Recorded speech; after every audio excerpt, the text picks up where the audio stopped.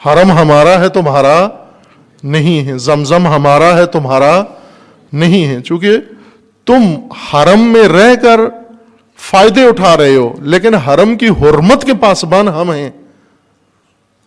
اگر کوئی شخص جائے کسی حرم کے نزدیک مجاور بن جائے اور مجاور بن کر یہ فخر کرے کہ میں اتنی عرصہ سے مجاور ہوں، وہ نہیں ہے وارث حرم۔ وارث حرم وہ ہے جسے حرم بچایا ہے۔ سامرا مسمار کرنے کی ان کی سازش تھی، نہ گنبد، بلکہ اجساد مطہرہ کو منتقل کرنا یا اجساد مطہرہ کی بے حرمتی اس منصوبے کے اندر تھی، جو وقت سے پہلے ان شیاطین کو سبق سکھایا گیا اور واصل جہنم کیا گیا منصوبے سمیت۔ ان میں سے کچھ اسیر بھی ہوئے اور کچھ ہلاک ہوئے گئے، واصل جہنم ہوئے۔ خوب یہ سب کس نے کیا؟ یہ مجاہدین در راہ خدا نے کیا ہے۔ اگر مجاہدین در راہ خدا نہ ہوتے آپ کیا کر سکتے ہو؟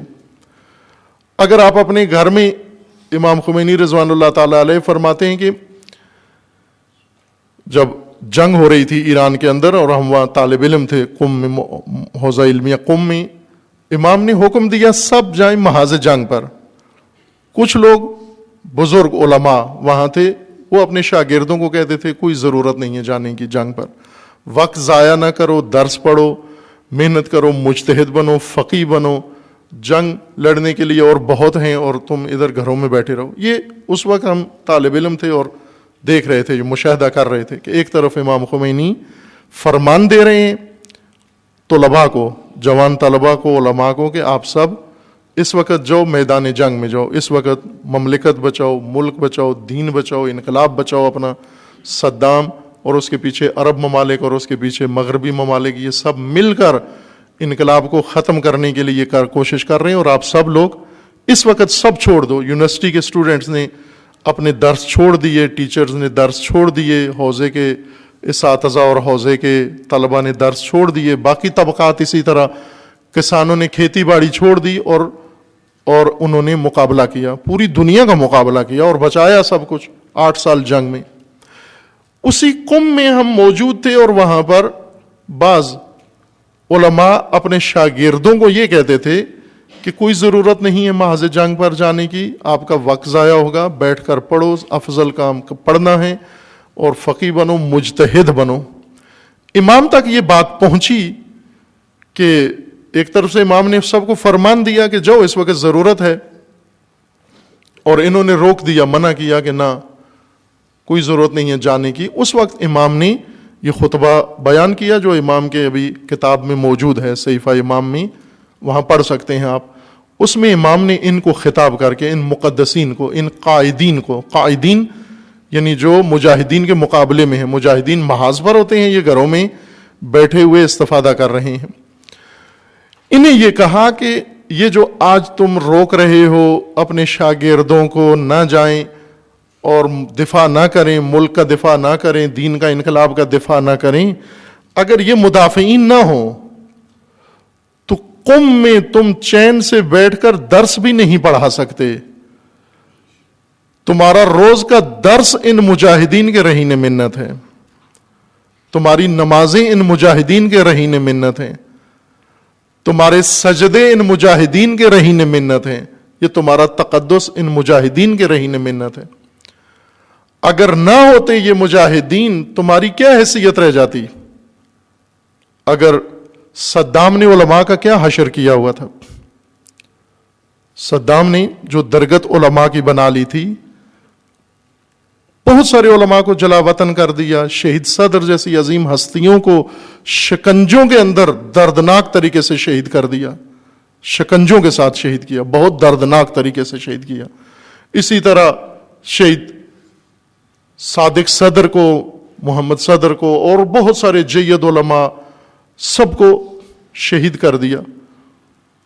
خوب صدام بعض علماء کو بلا کے سامنے توہین کرتا تھا، اپنی دسبوسی کرواتا تھا، اپنی مرضی کے فتوے دلواتا تھا۔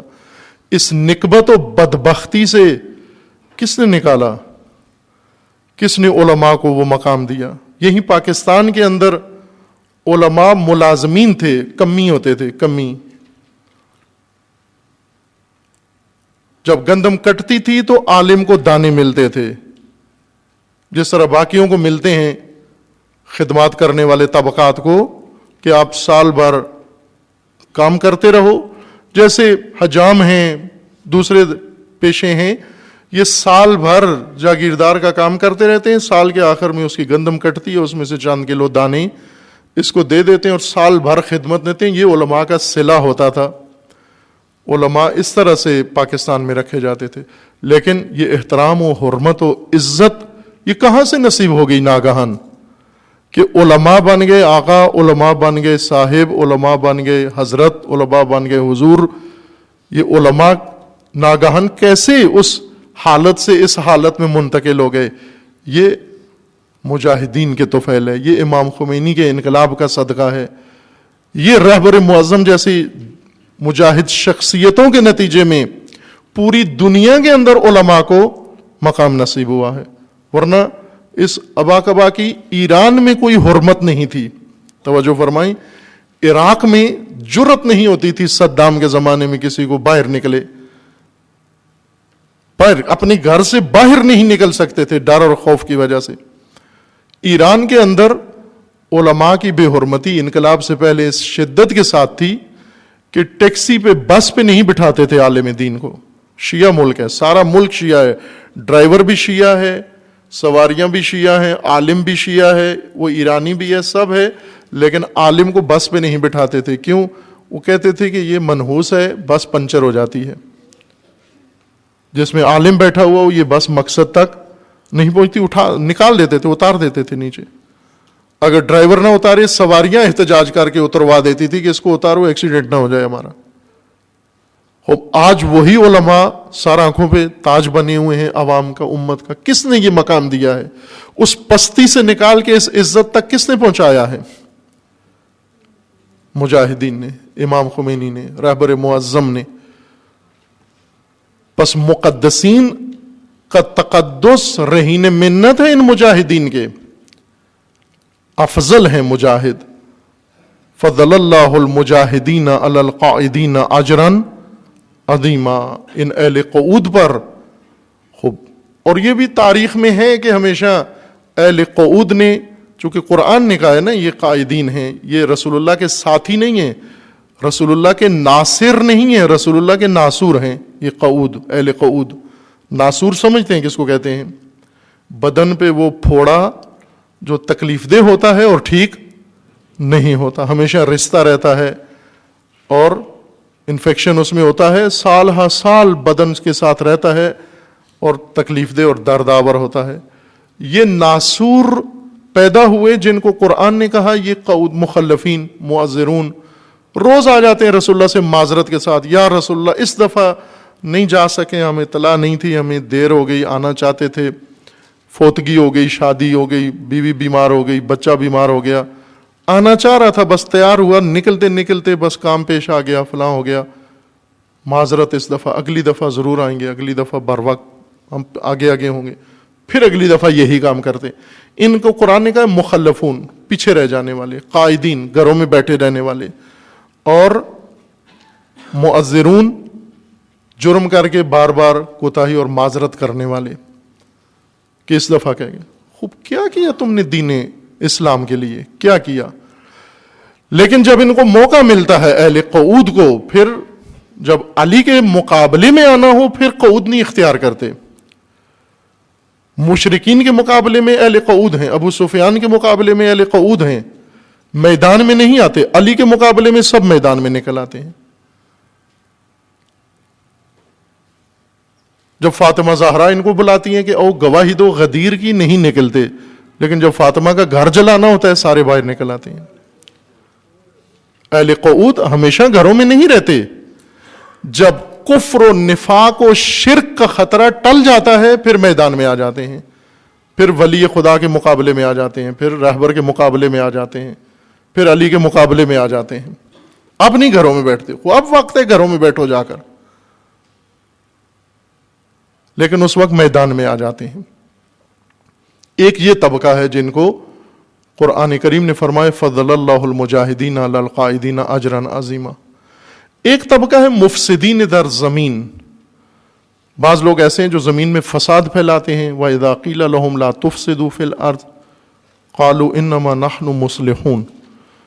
فساد پھیلاتے ہیں زمین میں, شر پھیلاتے ہیں, گمراہی پھیلاتے ہیں, اور جب انہیں روکا جائے اور بتایا جائے باز آ جاؤ, فساد مت پھیلاؤ, کہتے ہیں ہم تو اصلاح کر رہے ہیں, ہم تو ٹھیک کر رہے ہیں, ہم تو مومنین کو ہدایت کر رہے ہیں.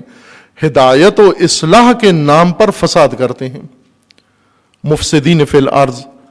قرآن فرماتا ہے کہ مومن اور صاحب عمل صالح آیا خدا کے نزدیک مفسد فی الارض کی طرح ہیں؟ بلے آپ کی رائج سیاست میں مفسدین زمین اور مصلحین برابر ہیں, چونکہ دونوں ووٹر ہیں, دونوں پارٹی ممبر ہیں, دونوں قوم کا حصہ ہیں, دونوں محلے میں رہتے ہیں, دونوں کی حیثیت ایک جیسی ہے. مسجد کی انجمن کا الیکشن ہوتا ہے, اس میں نمازی بھی ووٹ ڈالتا ہے, بے نماز بھی ووٹ ڈالتا ہے, چونکہ محلے میں رہتا ہے. اس کا کیا ربط ہے مسجد کے ساتھ؟ جس کو نماز آتی ہی نہیں ہے وہ امام چنتا ہے. امام جب رکھنا ہے مسجد کا کس سے پوچھیں؟ فاسق و فاجر سے پوچھیں کہ مولانا کون ہونا چاہیے. وہ رائے دیتا ہے کہ اس کو آپ, وہ قرآن فرماتا ہے کہ نہ کرو یہ کام. مفسدین در زمین مصلحین کی طرح نہیں ہیں. سورہ صاد آیا 28 میں ہے, ام نجعل الذین آمنوا وعملوا الصالحات. جو مومن ہیں اور صالحین و مصلحین, آیا ہم انہیں مفسدین زمین کی طرح بنائیں گے, ان کے ساتھ رکھیں گے؟ اللہ کے نزدیک نہیں ہے ایسے. صالحین و مفسدین در زمین یہ الگ الگ ہیں خدا کی بارگاہ میں. مفسدین در ارض جہنم میں ہیں, و صالحین بارگاہ خدا میں ہیں. ام نجعل المتقین کالفجار. یا یہ کہ ہم متقین کو فاسق و فاجر لوگوں کی طرح قرار دیں گے؟ ہرگز نہیں ہے. متقی فاسقوں کی طرح نہیں ہوں گے. اگرچہ جس نظام میں آپ رہتے ہو, جس سیاست میں آپ رہتے ہو, جس ماحول میں آپ رہتے ہو, اس میں برابر ہیں فاسق, فاجر اور مومن برابر ہیں, جو کہ دونوں ووٹر ہیں. بلکہ جب الیکشن میں کھڑے ہوں تو فاسق زیادہ ترجیح رکھتا ہے, فاسق و فاجر کو ووٹ دینا ہے مومنین نے. آبائی دین و سیاست کے اندر فاسق مومن پر برتری رکھتا ہے, الہی دین کے اندر مومن فاسق پر برتری رکھتا ہے. فاسق و مومن خدا کے نزدیک ایک جیسے نہیں ہیں. متقی با تقوی اور فاجر اللہ کے نزدیک ایک جیسے نہیں ہیں. متقیوں کا مقام خدا کے نزدیک الگ ہے. با تقوی انسان خدا کے نزدیک ایک منفرد مقام رکھتے ہیں. عزیزان, یہ اصول ہیں قرآنی زندگی کے لیے, انہیں ہم اپنائیں. تقوی یہ نہیں ہے کہ ہم چونکہ برادری کے ہیں, دونوں فرد فاسق بھی ہے مومن بھی ہے, چونکہ دونوں ہی کزن ہیں, دونوں ہی چچا ہیں, دونوں ماموں ہیں, دونوں برادری کے ہیں, دونوں اپنے ہیں, دونوں پڑوسی ہیں, برادری کی وجہ سے ہم دونوں کو ایک جیسا رکھیں. غلط ہے یہ قانون, آبائی دین کا باطل قانون ہے. کہو یہ کہ یہ میرا باپ ہے لیکن فاجر و فاسق ہے, غلط ہے. وہ پڑوسی ہے, کوئی رشتہ نہیں ہے, وہ متقی ہے, وہ درست ہے, اس کا ساتھ دو. قرآن کریم کا فرمانا ہے کہ آپ نے ایسی قوم نہیں دیکھی ہوگی کہ جو خدا کے دشمنوں سے مودت و محبت رکھتے ہوں, اگرچہ وہ دشمنان خدا ان کے باپ, بھائی اور بیٹے ہی کیوں نہ ہوں. مومن نہیں ہو سکتا ایسا. اگر مومن کا باپ, مومن کا بھائی, مومن کا بیٹا دشمن خدا ہے, دشمن دین خدا و دشمن راہ خدا ہے, مومن اس سے محبت نہیں کر سکتا, اگرچہ اس کا باپ بیٹا ہی کیوں نہ ہو, اگرچہ اس کی برادری و عشیرہ ہی کیوں نہ ہو. مومن کی سیاست یہ ہے کہ ہمیشہ متقی کے ہمراہ ہے, نہ باپ کے ہمراہ ہے, ہمیشہ متقی کے ساتھ ہے, مجاہد کے ساتھ ہے, ہمیشہ عالم کے ساتھ ہے, نہ جاہل کے ساتھ ہے. یہ قرآنی اصول ہیں جو مومنین کے لیے اللہ تعالیٰ نے ذکر فرمائے ہیں. قرآنی اصول, الہی اصول اور آبائی اصول آپس میں ٹکراتے ہیں, بالکل ٹکراتے ہیں.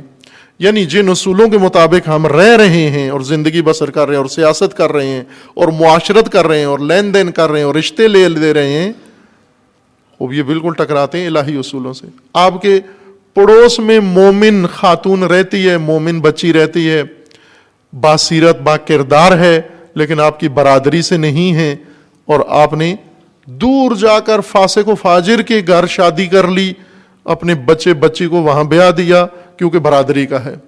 برادری کا فاسق افضل ہے غیر برادری کے مومن سے. یہ ہماری زندگی ہے، یہ ہمارے اصول ہیں معاشرت کے آبائی. اللہ کا فرمان ہے کہ نہ، تمہارا رشتہ ایمان ہے بس، تمہارے رشتہ دار مومنین ہیں بس، تمہارے رشتہ دار متقی ہیں بس. تقوی تمہارے رشتہ ہے، ایمان تمہارا رشتہ ہے، اعتقاد تمہارا رشتہ ہے. انما المؤمنون اخوہ، اب لین دین ان کے ساتھ کرو. اگر نہیں ہے، برادری کا ہے، کزن ہے، فاسق ہے، فاجر ہے، لڑکی ہے، بے حیا ہے، بے عفت ہے، اپنی برادری کی ہے، اور جس کو کم ذات سمجھتے ہو اس کی بچی با عفت ہے، با حیا ہے، وہ افضل ہے. خدا کے نزدیک وہ افضل ہے. وہ حجام کی بیٹی، وہ نائی کی بیٹی، وہ موچی کی بیٹی، وہ افضل ہے اگر وہ با کردار ہے، اگر پاک دامن ہے، اگر با کردار و پاک سیرت ہے. اللہ کے نزدیک یہ خاتون افضل ہے اس کی بیٹی سے جو علاقے کا بڑا شخصیت ہے، بڑی ذات رکھتا ہے، قوم قبیلہ، لیکن بچے اس کے فاسق و فاجر ہیں.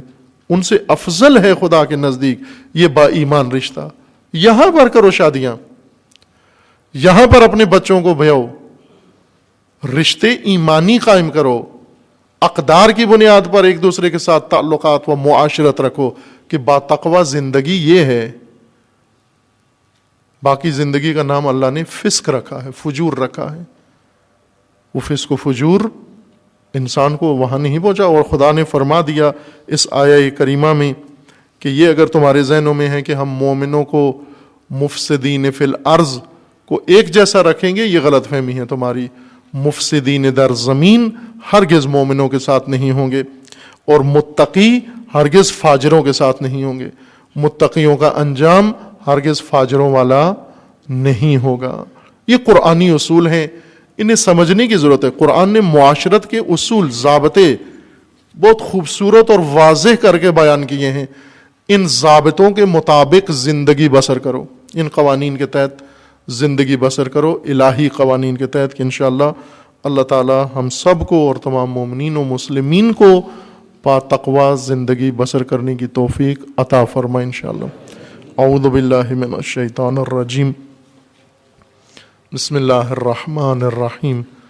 انا اعطیناک الکوثر فصل لربک وانحر ان شانئک هو الابتر. صدق اللہ. اعوذ باللہ من الشیطان الرجیم. بسم اللہ الرحمن الرحیم. الحمد للہ والصلاة والسلام علی رسول اللہ وآلہ آل اللہ، لا سیما علی امیر المؤمنین علی ابن ابی طالب علیہ الصلاۃ والسلام.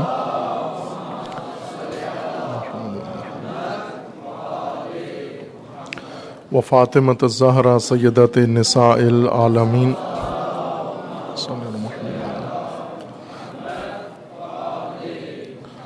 والحسن والحسین سیدی شباب اہل الجنہ وصبطی الرحمہ.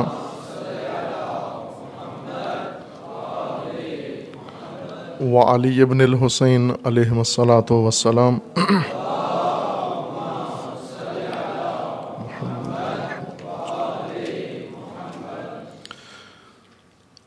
و محمد ابن علی. اللہم صل علی محمد و علی محمد.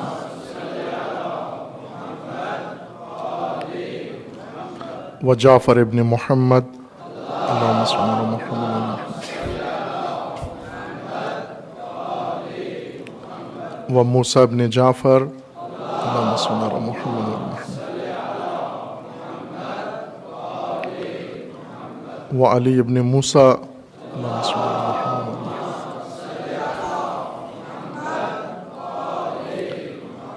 و محمد ابن علی. اللہم صل علی محمد و علی محمد.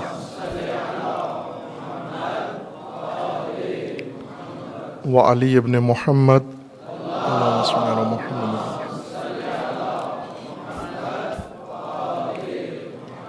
والحسن ابن علی. اللہم صل علی محمد.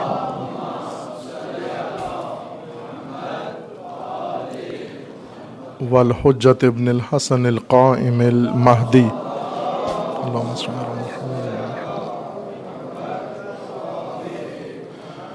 حجج الله على عباده وأمناؤه في بلاده واللعن على أعدائهم أجمعين من الآن إلى قيام يوم الدين عباد الله أوصيكم ونفسي بتقوى الله اتقوا الله فإن خير الزاد التقوى۔ بندگان خدا، آپ سب کو اور اپنے نفس کو تقوی الہی کی وصیت کرتا ہوں، تقوی الہی کی دعوت دیتا ہوں۔ تقوی الہی اختیار کریں۔ دنیا و آخرت میں اللہ نے واحد ذریعہ و راستہ و سہارا اپنے بندوں کی نجات کے لیے تقوی مقرر کیا ہے، اور بغیر تقوی کے انسان امید نجات نہ رکھے۔ تقوی کی کوشش کریں، قرآنی اصول، الہی اصول اپنائیں، اور ان الہی اصولوں کے مطابق اپنی زندگیاں بھی سنواریں، اپنے ملک بھی سنواریں، اپنی قومیں بھی سنبھالیں، اپنے دین کو بھی سنبھالیں، اپنے مقدسات کو بھی سنبھالیں، چونکہ تقوی محفوظ طرز زندگی کا نام ہے جس میں ہر چیز محفوظ ہے، لیکن یہ حفاظتی تدبیر اللہ کی ہے، انسان کی نہیں ہے۔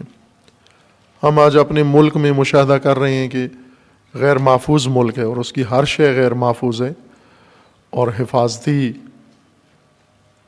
قوتیں، حفاظتی فورسز لگی ہوئی ہیں ملک محفوظ بنانے میں، لیکن روز بروز غیر محفوظ تر ہوتا جا رہا ہے، اس لیے کہ الہی حفاظتی نظام کو و تدبیر کو چھوڑ دیا ہے، اور خود سے یا شیطانوں کی تقلید کر رہے ہیں، برطانیہ و امریکہ کی تقلید کر رہے ہیں، یا پھر جاہل و نادان عربوں سے مدد لے کر اپنے ملک کو محفوظ بنا رہے ہیں۔ اور یہ خطرناک ہے کہ آگ کے شعلوں کو اپنے گھر کی حفاظت کے لیے معمور کیا جائے، یا زہر کو بیمار کی حفاظت کے لیے معمور کیا جائے۔ عربوں سے مدد لے کر پاکستان کبھی محفوظ نہیں ہو سکتا، ان جہلاء سے اور ان نادانوں سے جنہوں نے امت اسلامی کو تباہ کر دیا ہے۔ تنہا راستہ تقوی ہے عزیز من، سیاست تقوی کی ہو، دیانت تقوی کی ہو، معاشرت تقوی کی ہو، معیشت تقوی کی ہو، تعلیم با تقوی ہو، تربیت با تقوی ہو، خاندان با تقوی ہو، شخصیت با تقوی ہو، تعلقات با تقوی ہوں، رویے با تقوی ہوں، ہر چیز تقوی کی بنیاد پر قائم کریں۔ یہ با تقوی زندگی ہے، یہ محفوظ زندگی ہے، دنیاوی خطروں سے اور اخروی خطروں سے امن میں ہے۔ یہ الہی وعدہ ہے متقین کے لیے۔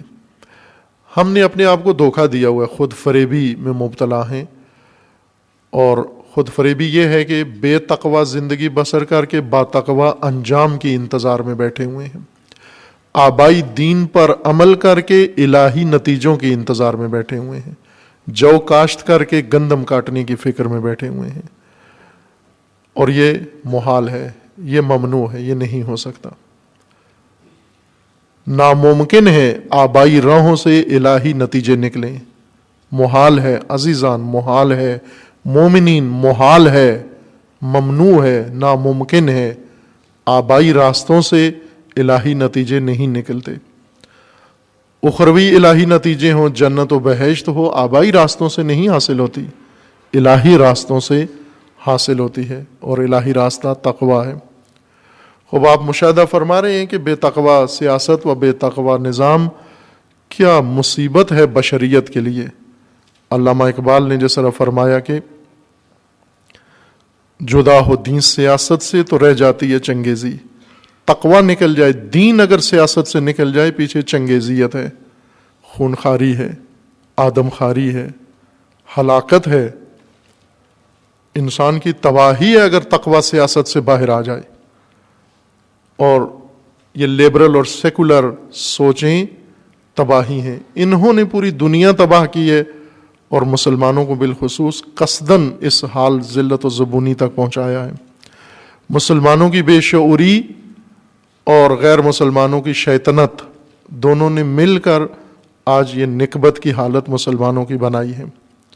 فلسطین میں اس وقت انتفاضہ سوم جاری ہے، لیکن مسلمان بے خبر و خاموش و ساکت.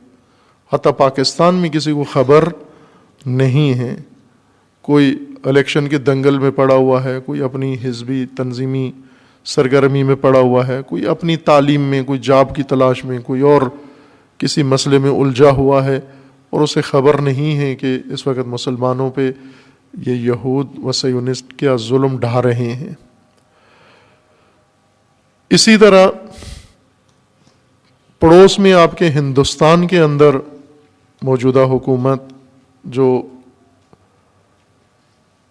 وہ بہت داعش، ہندو داعش کا روپ اپناتے جا رہے ہیں، خونخوار و آدم خار، گائے کے تحفظ میں مسلمانوں کا قتل عام و ذبح کرنے کی جو فضا بنا رہے ہیں. مسلمانوں کو دباؤ میں رکھا ہوا ہے، شدید ترین دباؤ کے اندر. مختلف ہیلے بہانوں سے ایک طرف سے دعویٰ کرتے ہیں کہ سیکولر ہیں، ایک طرف سے دعویٰ کرتے ہیں کہ وہ آزاد سوسائٹی ہیں، اور دوسری طرف سے مسلمانوں کے لیے روز بروز فضا تنگ سے تنگ کرتے جا رہے ہیں. خوب ظاہر ہے کہ یہ پرانے جراثیم ہیں جن میں ابھی شدت آئی ہے، اور جو لوگ حکومت میں ہیں ماضی میں ان کے کارنامے ساری دنیا کو پتہ ہیں. احمد آباد گجرات میں مسلمانوں کو زندہ جلایا انہی لوگوں نے جو آج ہندوستان پر جارحیت کے ساتھ جا رہے ہیں. اور اب پاکستان کو جو خطرات ہیں وہ تو ہیں ان سے. اس وقت سب سے زیادہ خطرناک حالت خود مسلمانوں کی ہندوستان کے اندر ہے، چونکہ اتنی بڑی جمعیت کے اندر مسلمان بہت چھوٹی سی اقلیت شمار ہوتے ہیں، اتنی تعداد نہیں ان کے مقابلے میں. جہاں 1 ارب 20 کروڑ سے زیادہ جمعیت ہو، وہاں پر مثلا کچھ ملین مسلمان ان کی کوئی نفری شمار نہیں ہوتی. لہٰذا ہندوستان کے اکثر حصوں میں انہوں نے یہ فضا مسلمانوں کے خلاف اشتعال کی فضا بنانا شروع کر دیا، ہر بہانے سے اور ہر موقع سے فائدہ اٹھا کر ہندوستان کی فضا کو اس وقت مسلمانوں کے لیے بہت شدید کر دیا، اور اس پر بھی مسلمان خاموش ہیں. در حقیقت جو کچھ برما میں ہوا وہ ٹیسٹنگ کیس تھا ہندوستان کے لیے. برما میں معلوم ہے آپ کو برما میں کیا ہوا؟ جی نہیں ہے معلوم. برما میں مسلمان رہتے تھے، رونگیا مسلمان قوم ہیں، نسل ہیں، اور یہ کچھ دوسرے علاقوں سے ظاہر ہے. جب ایک تھا سرزمین، ایک تھی، برما ہندوستان کا حصہ تھا، بنگلہ دیش ہندوستان کا حصہ تھا، پاکستان ہندوستان کا حصہ تھا، سارا ایک مملکت تھی. تو ایک دوسرے علاقوں میں یہ قومیتیں نقل مکانی کر کے اس وقت کتنے پشتون ہیں، پٹھان قبائل ہیں جو ہندوستان میں رہتے ہیں، اور کتنے ہندوستان کی دوسری ریاستوں میں رہنے والی قومیتیں ہیں جو پاکستان میں رہتے ہیں. بہت سارے اس نسل یا قوم سے تعلق رکھنے والے اس آبادی میں رہتے ہیں مشترکہ. جہاں ایک ملک ہو، مملکت ہو، وہاں یہ نقل مکانی معمولی مسئلہ ہے. جیسے ابھی پنجاب میں بہت ساری قومیتیں رہتی ہیں، اور بہت سارے علاقوں میں پنجابی جا کر رہتے ہیں. اس میں ایک مملکت کے اندر، ایک قوم کے اندر یہ معمول کی بات ہے. اس طرح سے نقل مکانی کرتے ہوئے یہ مسلمان بعض دیگر علاقوں سے برما منتقل ہوئے، اور وہاں شدت پسندوں نے بھائی کہ وہ ہندو نہیں ہیں، ان کے مذہب میں، اعتقاد میں انسان ستانا، انسان کو مارنا، یہ ظلم بربریت ممنوع ہے. جانوروں پر بھی ظلم نہیں کرتے، حتیٰ مکھی مچھر کو مارنے کی اجازت نہیں ہے بدھزم میں،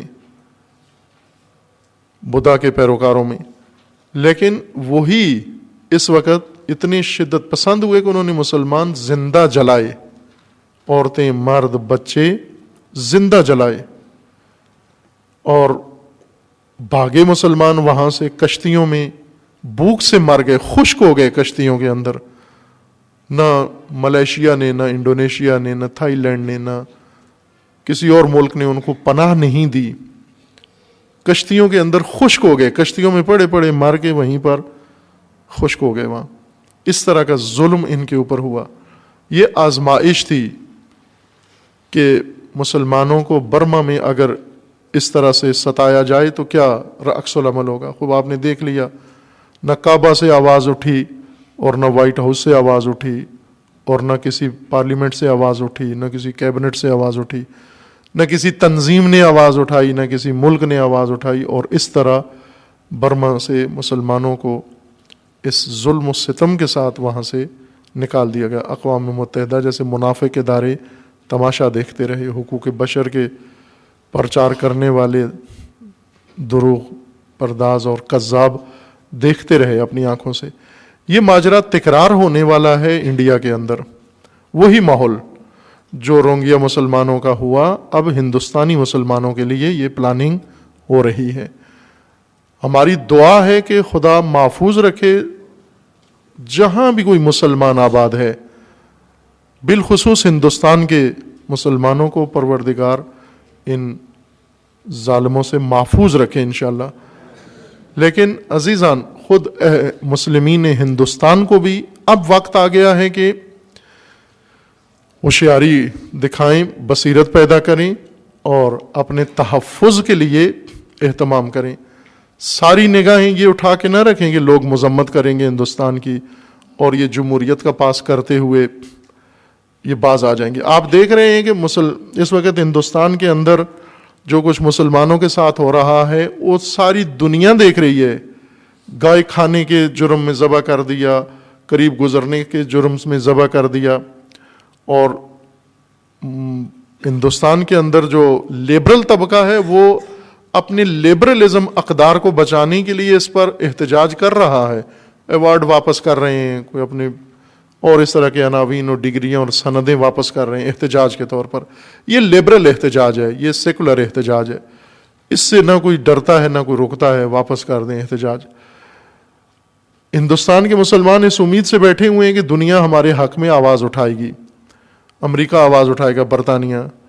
ایک طرف سے مسلمانوں کے اوپر یہ ظلم ہوتا ہے اور وہ ہندوستانی وزیر اعظم جاتا ہے برطانیہ کے سارے ملکوں کے دورے پر اور اس سے عیش و نوش کی محفلیں ہوتی ہیں، گپ ہوتی ہے، اور ایک حکومت بھی اس کو تذکر تک نہیں دیتی کہ آپ کے ملک میں مسلمانوں کے لیے کیا ہو رہا ہے، مسلمانوں پہ کیا ظلم ڈھایا جا رہا ہے اور آئندہ ہونے والا کیا ہے، خطرات کس چیز کے ہیں. کسی ملک نے، چین سمیت کسی ملک نے ہندوستان کو یاد دہانی تک نہیں کرائی کہ آپ کے ملک میں یہ کچھ ہو رہا ہے. اس لیے مسلمین ہندوستان خود سے اگرچہ ہندوؤں کے مقابلے میں کم ہیں، تھوڑے ہیں، لیکن اگر ان سے تقابل نہ کریں اور فقط اپنے آپ کو دیکھیں تو اتنے ہیں کہ اپنا تحفظ کر سکتے ہیں، اپنا بچاؤ کر سکتے ہیں اپنی اولادوں کو. یہ نہ ہو جائے کہ پاکستان کی طرح راہ نجات ہندوستان چھوڑنے میں ہو، بھاگو کینیڈا جاؤ، آسٹریلیا جاؤ، آسٹریلیا کے جنگل آباد کرو تحفظ کے لیے. یہ نہیں ہے شایان نشان مسلمین کے، مومنین کے شایان نشان یہ نہیں ہے کہ فرار کر کے جنگلوں میں جا کے پناہ لیں اور پھر وہاں جا کر اپنا دین بھی کھو بیٹھیں، اپنی حیثیت بھی کھو بیٹھیں، اپنا ملک و ملت و ہر چیز اپنی ویران کر بیٹھیں. یہ پلاننگ نہ کریں کہ ہم بھاگ جائیں گے، ہم ہندوستان چھوڑ جائیں گے، ہم دوسرے ممالک میں چلے جائیں گے. وہاں پر آپ اس ملک کے فرزند ہیں، اس ملک کے رہنے والے ہیں، اس ملک کے باشندے ہیں اور اس ملک کے اندر آپ کو رہنا ہے. اور یہ جو شیطانی منصوبہ ہندوستان کے لیے سوچا جا رہا ہے، اس کو ہوا دینے کے لیے، مزید مشتعل کرنے کے لیے دوسری طرف بھی پلاننگ ہے کہ اسلام کے نام پر داعش یا اسلام کے نام پر القاعدہ یا اسلام کے نام پر طالبان ہندوستان میں جائیں گے مسلمانوں کے دفاع کے لیے. یہ بھی پلاننگ کا حصہ ہے. یعنی دفاع کرنے داعش جائے گی. خوب داعش جو دفاع کرے گی وہ آپ کو معلوم ہے کیسا دفاع مسلمانوں کا داعش کرتی ہے یا طالبان کرتے ہیں یا دیگر تنظیمیں کرتی ہیں. ہندوستان کے مسلمان، کشمیر کے مسلمان اس وقت زیادہ سختی میں ہیں، زیادہ شدت میں. البتہ ان کے لیے حربہ بدلا گیا ہے کشمیر کے لیے. اس وقت کشمیریوں کو پہلے اسلحے سے دبانے کی کوشش کی گئی, شکنجے اور دیگر طرح طرح کے جرائم ان کے اوپر انجام پاتے رہے. بالآخر اس تحریک میں فرق تو پڑا, کشمیر کی آزادی کی تحریک یا کشمیریوں کی خود ارادیت کی تحریک پر اثر تو پڑا. کچھ ادھر پاکستان سے جو مربوط لوگ تھے ان کی, پرویز مشرف جیسے نالائقوں کی اور ان کی کوتاہیوں کی وجہ سے یہ ہوا, کشمیر کو نقصان پہنچا. لیکن کشمیریوں کے بھی ایک کمزوری یہ ہے کہ باہر پر زیادہ انحصار کرتے ہیں. امام خمینی کا راستہ یہ ہے عزیزان, امام خمینی یہ نہیں کہتے ایران آئے گا, کسی بھی ملک میں ایران آ کر تمہارے لیے کچھ کرے گا. امام خمینی کا اصول یہ ہے ہر قوم اپنے قدموں پہ کھڑی ہو, ہر قوم خود اعتمادی پیدا کرے اپنے اندر, ہر قوم اپنے تحفظ کا خود اہتمام کرے, خود انتظام کرے. دوسروں کی طرف مت دیکھو, کسی کی طرف مت دیکھو. کوئی قوم آ کر تمہیں اگر آباد کرنے کی کوشش کرے گی اس کے اندر تمہاری غلامی ہے. برطانیہ آیا تمہیں آباد کرنے آیا, غلام بنا کے گیا. چائنا اگر تمہیں آباد کرے گا غلام بنا لے گا. امریکہ آباد کرے گا غلام بنا لے گا. کوئی بھی تمہیں آباد کرنے آئے گا غلام بنائے گا. اگر کشمیر کو غلام آزاد کرنے جائیں گے غلام تر بنا لیں گے. اس وقت پورا ہندوستان, مسلمین جہاں بھی ہیں اور کم نہیں ہیں, فراوان ہیں, ہر گاؤں میں, ہر محلے میں, دور دراز علاقوں میں, شہروں میں, دیہاتوں میں, ہر جگہ موجود ہیں.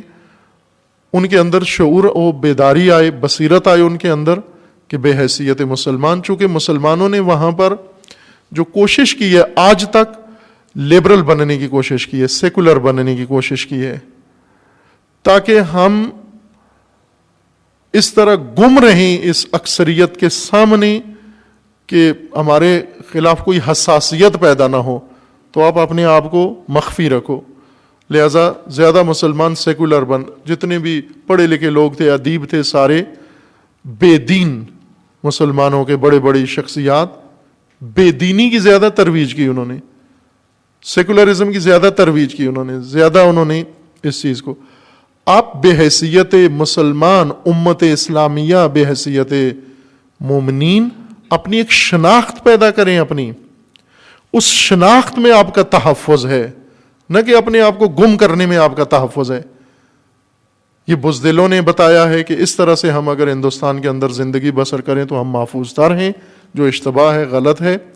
اپنی پہچان, نہ داعش اسلام اور مسلمان کو ہندوستان میں بچائے کہ داعش خود تباہی ہے, نہ شدت پسند آئیں, نہ طالبان آئیں, نہ دہشت گرد آئیں مسلمانوں کی حمایت کے لیے. دہشت گرد آئیں گے, یہ ہندوستان میں جب یہ حالات بن رہے ہیں لا محالہ وہاں شروع کریں گے, چونکہ اعلان ہو چکا ہے ہندوستان کا یونٹ داعش نے امیر بنا دیا, خراسانی گروپ نے اپنا ہندوستان کا امیر بنا دیا.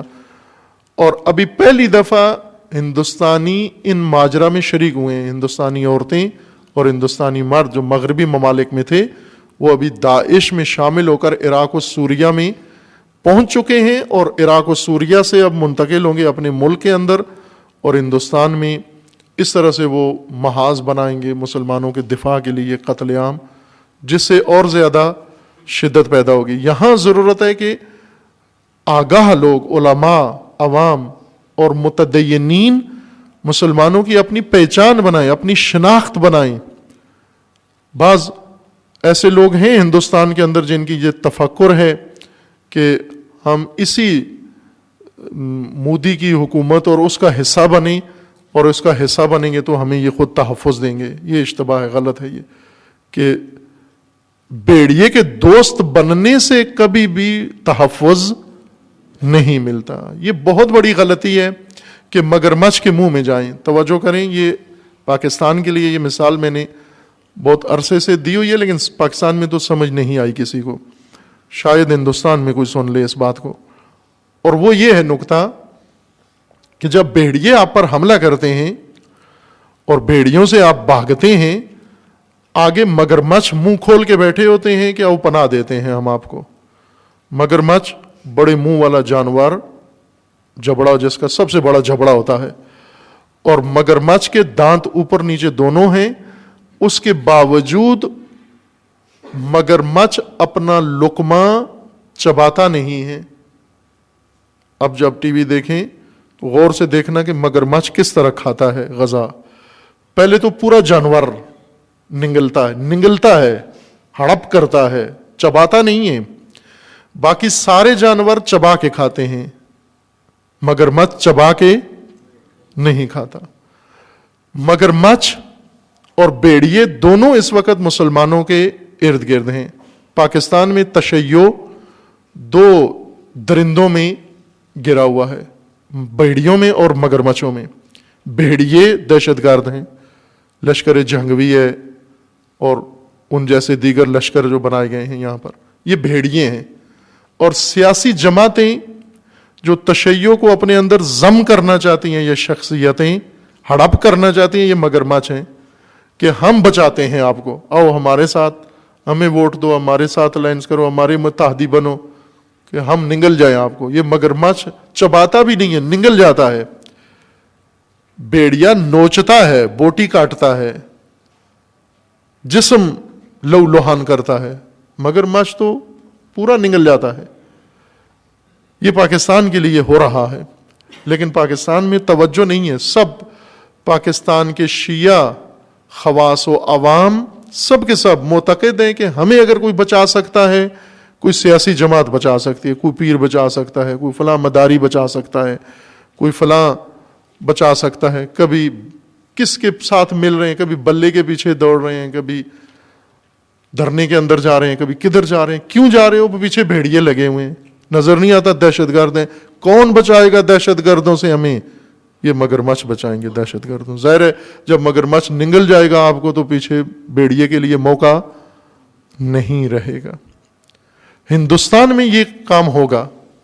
بھیڑیے جب آئیں گے، یہ بھیڑیے ہیں، یہ شدت پسند جو حملے کر رہے ہیں اس وقت مسلمانوں کے اوپر اور ہراس پھیلا رہے ہیں، یہ ابتدا ہے، آغاز ہے۔ دہشت و خوف و ہراس مسلمانوں کے اندر کہ مسلمان اس وقت عدم تحفظ کا شکار ہو جائیں ہندوستان کے اندر۔ عورتیں باہر نہ نکلیں، مرد گھروں سے باہر نہ نکلیں، ڈیوٹیوں پر نہ آئیں، آفیسز میں نہ آئیں، سروسز میں نہ آئیں، تعلیمی ادارے چھوڑ دیں، اور اس طرح ڈر کے خوفزدہ ہو کر روب میں آ کر گھروں کے اندر بیٹھ جائیں۔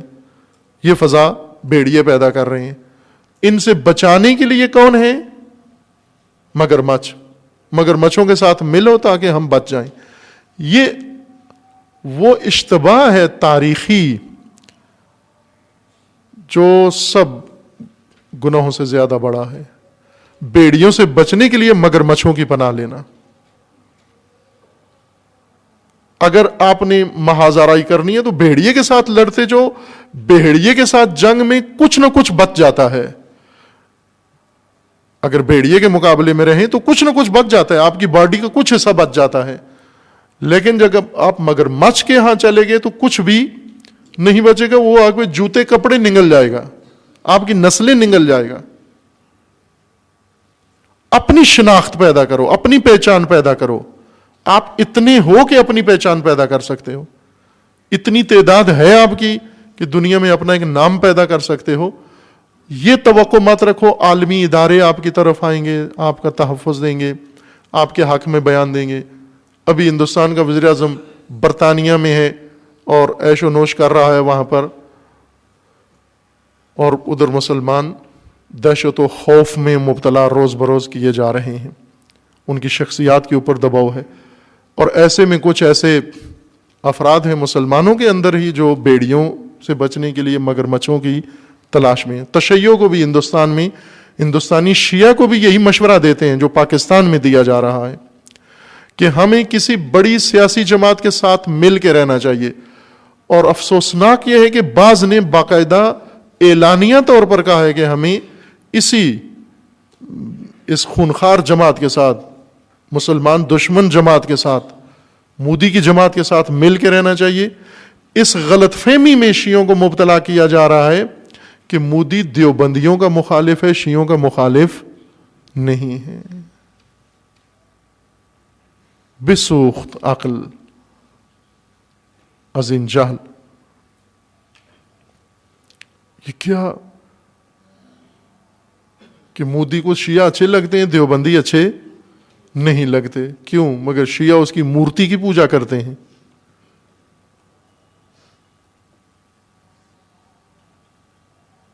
شیعہ اس کے مذہب کے پیروکار ہیں، شیعہ اس کے پابند ہیں، اس کے وفادار ہیں اس کے. نعوذ باللہ، تشیع کا دامن پاک ہے اس سے، وہ اجل ہے اس سے کہ وہ ایسی جماعتیں اور ایسی شخصیات اور ایسے سوچ کا حامی ایک شیعہ بھی تاریخ میں نکلے. اسلام کا جو دشمن، جو رسول اللہ کا دشمن ہے، شیعہ کا دوست کیسے ہو سکتا ہے؟ جو خدا کا دشمن ہے وہ شیعہ کا دوست کیسے ہو سکتا ہے؟ جو قرآن کا دشمن ہے وہ شیعہ کا دوست کیسے ہو سکتا ہے؟ یہ مغالطہ ہے، یہ غلط فہمی ہے، یہ نافہمی ہے. مسلمین ہندوستان کافی آپ نے کونے میں رہ کر، گوشے میں رہ کر، چونکہ آپ کی طرف توجہ نہیں تھی ان کی اور نہ باقی دنیا کی، تو آپ نے جو زندگی امن کی گزارنی تھی گزار لی ہے، اور اس زندگی میں جہاں پہنچنا تھا پہنچ چکے ہیں. اب آپ کو اپنی پہچان بنانی پڑے گی، اپنی شناخت بنانی پڑے گی، اور اپنے قربتیں اپنے اندر پیدا کرنی پڑیں گی. دل بڑے کر کے ایک دوسرے کے قریب ہوں، ایک دوسرے کے ساتھ تفاہم کریں، اور اپنی شناخت کے تحت، اپنی پہچان کے تحت اس ملک میں اور اتنی بڑی جمعیت کے اندر رہنا ہے آپ کو. اور باقی دنیا سے توقع نہ رکھیں، کسی سے بھی توقع نہ رکھیں.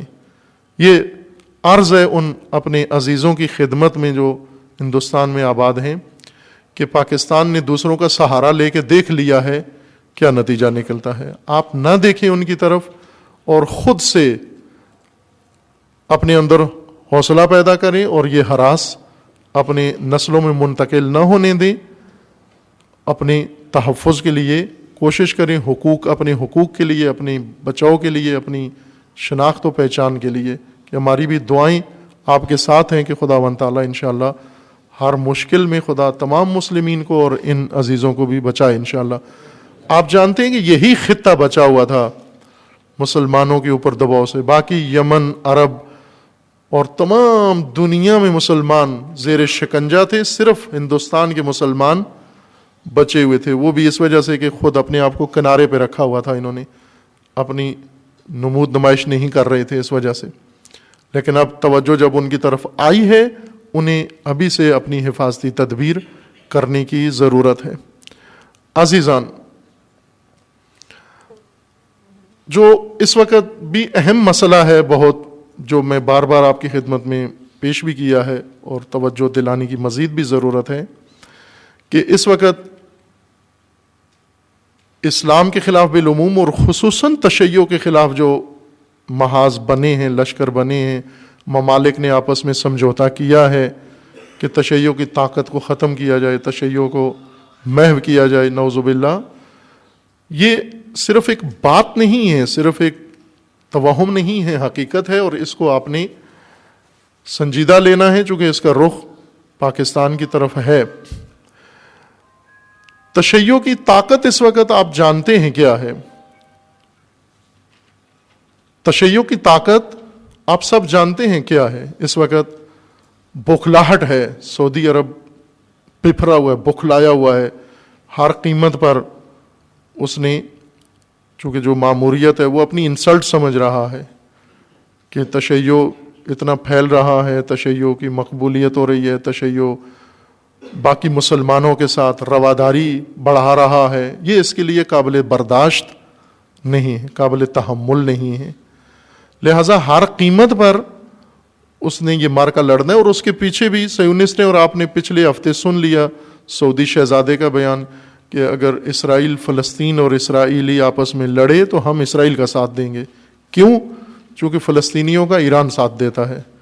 تو ایران نے اگر فلسطین کا ساتھ دیا تو ہم اسرائیل کا ساتھ دیں گے. یہ ولید بن طلال جو ان کا بڑا معتبر شہزادہ ہے، شاید امیر ترین ہے سعودی عرب میں، سب سے زیادہ باثروت ہے، یہ اس کا بیان ہے کہ ہم اسرائیل کے ساتھ دیں گے. خوب یہ یوں نہیں کہ دیں گے، دے رہے ہیں، ابھی بھی دے رہے ہیں. یہی کام سوریہ میں یہی کام کر رہے ہیں کہ ایک ہی ہدف ہے ان کا کہ تشیع کی طاقت کو روکا جائے. تشیع کی طاقت سنیوں کے خلاف نہیں ہے، تشیع کی طاقت اسلام کی طاقت ہے، دشمنان دین کے خلاف، سیونزم کے خلاف، شیطانی طاقتوں کے خلاف ہے، نہ مسلمانوں کے خلاف. آج تک سب اعتراف کرتے ہیں کہ فلسطین کا تنہا مدافع ایران ہے، باقی فلسطین میں شیعہ نہیں ہیں، سارے سنی ہیں. سارے عرب ممالک میں حکومتیں سنی ہیں، لیکن کوئی سنی حکومت اپنے سنی مسلمان بھائیوں کا ساتھ نہیں دے رہی. یہ حکومت بھائی کہ شیعہ حکومت ہے لیکن دے رہی ہے، اس وجہ سے کہ جو تشیع کا تصور عربوں کے ذہن میں ہے یا یہودیوں نے پھیلایا ہے وہ نہیں ہے تشیع کے. ہاں تشیع اسلام کا فرقہ نہیں دوسرے فرقوں کے مقابلے میں، تشیع علمبردار ہے امت اسلامی کا. اسلام کا علم تشیع کے ہاتھ میں ہے، تمام امت اسلامی کا علمدار ہے تشیع. اب علمدار کو اسی لشکر کے خلاف لڑانے کے لیے جتن کیے جا رہے ہیں، کوشش یہ کرتے ہیں کہ اس طاقت کو ختم کیا جائے. تشیع کی طاقت کا راز، چونکہ تشیع تو پہلے بھی تھا، انقلاب اسلامی سے پہلے بھی شیعہ تھے، گم ایران کے اندر بھی گم تھے، ڈھونڈنے سے نہیں ملتے. آپ انقلاب سے پہلے تشیع تلاش کریں آپ کو نہیں ملے گا. بہت کونے میں کسی گوشے میں آپ کو نظر آئے گا تشیع، میدان میں نہیں نظر آتا تھا، نہ علمی میدانوں میں، نہ عملی میدانوں میں، نہ سیاسی میدانوں میں، کسی جگہ بھی تشیع نہیں تھا. چونکہ رسوماتی تشیع تھا، رسومات کے لیے ان کو 1 دن چاہیے ہوتا ہے یا 10 دن، اتنی اجازت ان کو مل جاتی ہے کہ ٹھیک ہے اپنے اپنے عبادت گاہوں میں جمع ہو کر پھر منتشر ہو جاؤ، 10ویں دن نظر نہ ہو ادھر. یہ بھی لکھ کے دے آتے تھے لائسنس دو ہمیں، 10ویں دن پھر آپ ہمیں نہیں دیکھو گے، نہ ہم آپ کو دیکھیں گے، اور صدیاں گزار دیں اس روش کے تحت. لیکن اب انہیں یہ پتہ چلتا ہے کہ نہ، یہ تو 10ویں دن اور چارج ہو جاتے ہیں زیادہ، اور یہ سارا سال میدان میں رہتے ہیں، اور جن میدانوں میں ان کو نہیں آنا چاہیے وہاں تک آ گئے ہیں. فلسطین میں یہودیوں کو تنہا خطرہ اس وقت حزب اللہ سے ہے، تشیع سے ہے، اس لیے اس تشیع کی کمر توڑنا ان کے لیے ہدف بن گیا ہے، مقصود. تشیع کی طاقت کس میں؟ اسلام کی طاقت تشیع ہے. تشیع کی طاقت کس میں ہے؟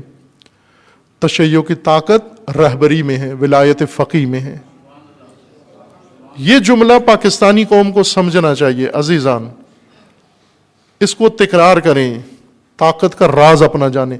بدن کی ساری طاقت کا دار و مدار کس پر ہے؟ ریڑھ کی ہڈی پر.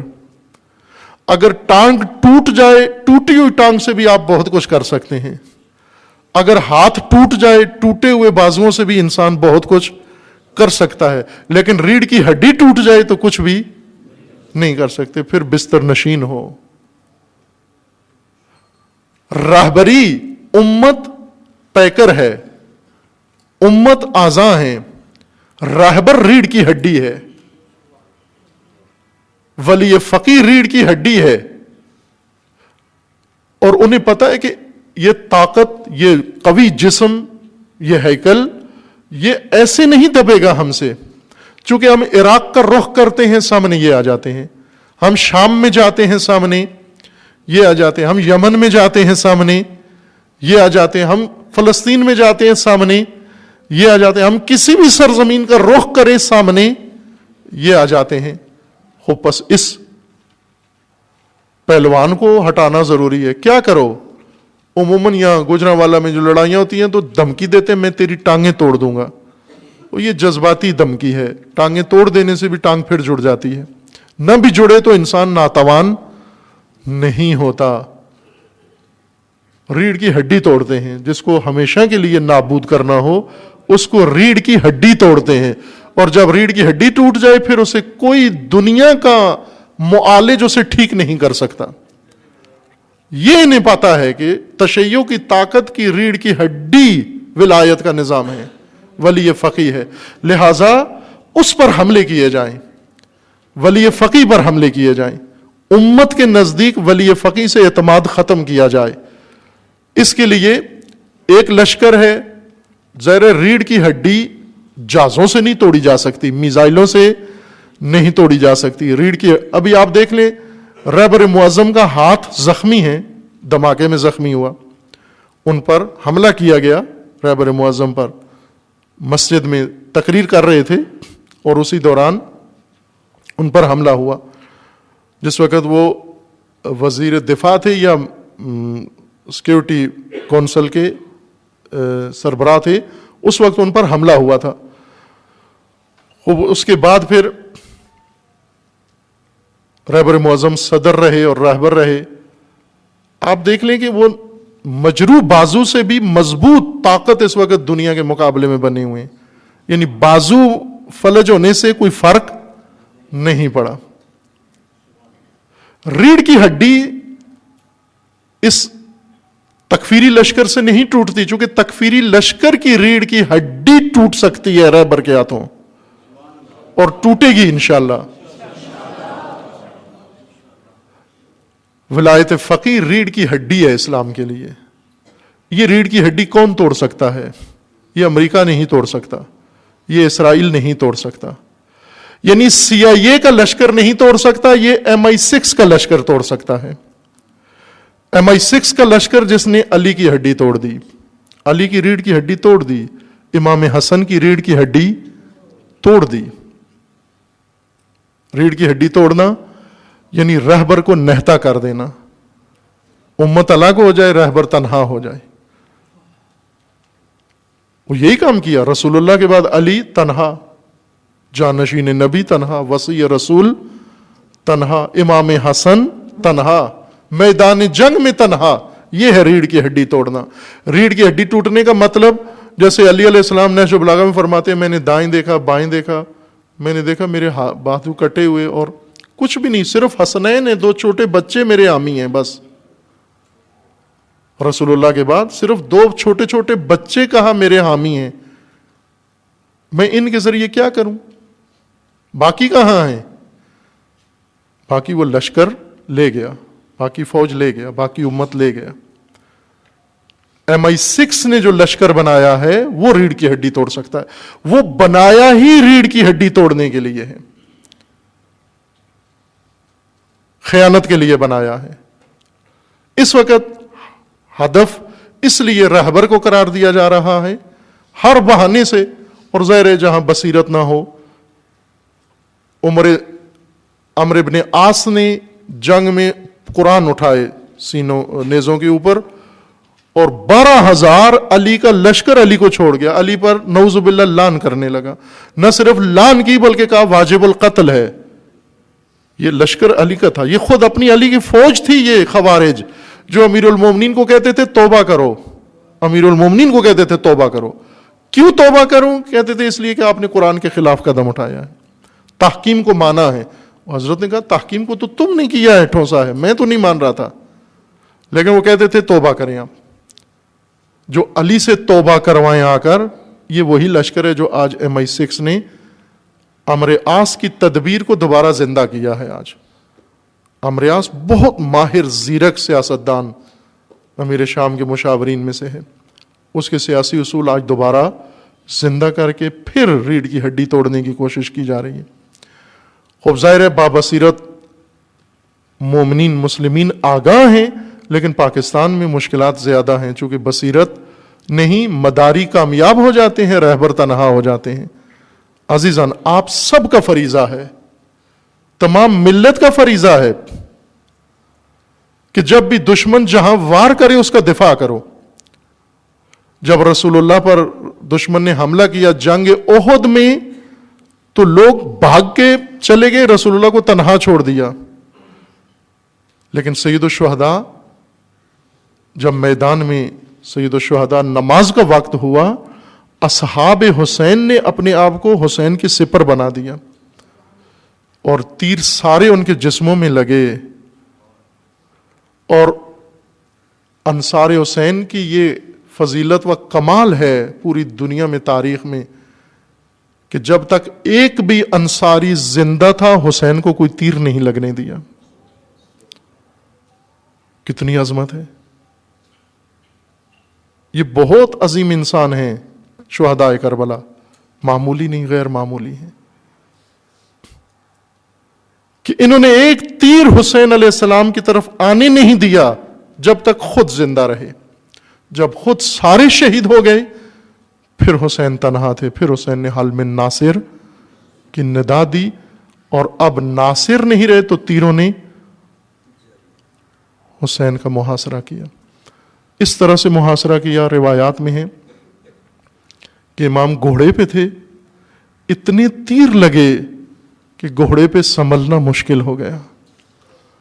امام گھوڑے سے نیچے آئے اور گھوڑے سے جب زمین پر آئے امام دو زانو تشہد کی حالت میں بیٹھ گئے اور چاروں طرف سے تیر آنے لگے. پھر تیر آنے لگے. پھر امام سے تشہد کی حالت میں بیٹھا نہیں گیا. کیوں نہیں بیٹھا گیا؟ ایک تیر نے سید الشہداء کو بیٹھنے نہیں دیا. وہ تیر ایسا لگا سید الشہداء کے گلو میں آ کر لگا،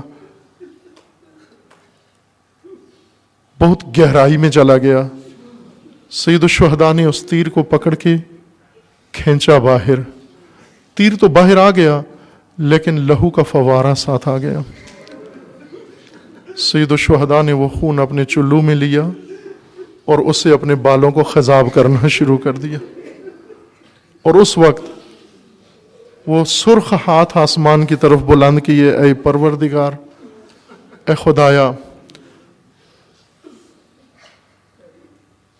یہ امت میرے ساتھ کیا کر رہی ہے.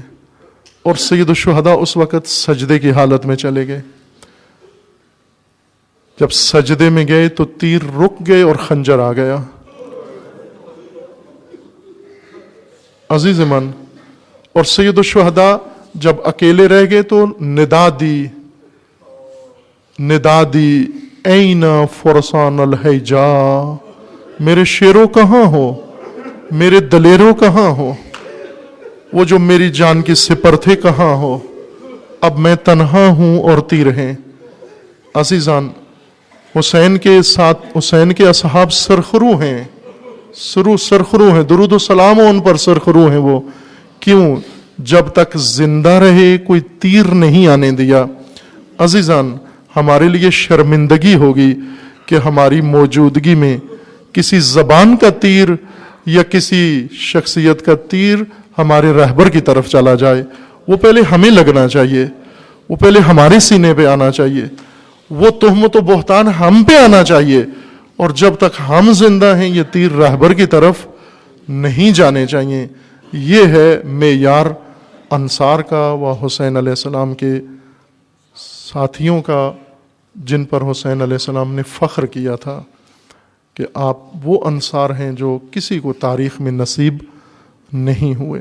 رسول اللہ کے اصحاب کے ہوتے ہوئے رسول اللہ کو پتھر لگ گیا، علی کے اصحاب کے ہوتے ہوئے علی زخمی ہو گئے، امام حسن کے اصحاب کے ہوتے ہوئے حسن کو صلح کرنا پڑی، لیکن حسین کے اصحاب کے ہوتے ہوئے حسین کو تیر نہیں لگا، پتھر نہیں لگا.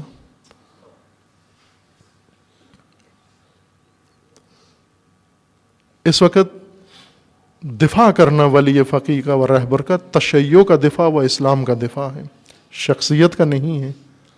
قائدین و مجاہدین کو برابر نہ کہو کہ خدا ناراض ہوتا ہے، نہ کہو دونوں مجتہد، دونوں ایک جیسے، فلاں ایک جیسے. یہ دفاع امت پر واجب ہے، لازم ہے. جب انہوں نے آپ کا اتنا دفاع کیا ہے، اس شخصیت نے آپ کا دفاع کیا ہے، جب روزے بچا لیے، زینبیہ بچا لیا، کربلا و سامرا بچا لیا، جس شخصیت نے اپنے اتنے بڑے عظیم جرنیل اس دفاع کے لیے اس لشکر کے خلاف قربان کر دیے، کیا اس شخصیت کا اتنا بھی حق نہیں پہنچتا کہ ہم جب زیارت کربلا پہ جائیں تو ایک سلام اس کو بھی کر دیں جس نے یہ موقع دیا ہے ہمیں. ابھی 40 آئے گا، وہ موقع ملے گا زیارت کا، تو یہ بھی سوچو کہ اس تکفیری لشکر سے کس نے بچایا ہوا ہے، کس نے تحفظ دیا ہوا ہے.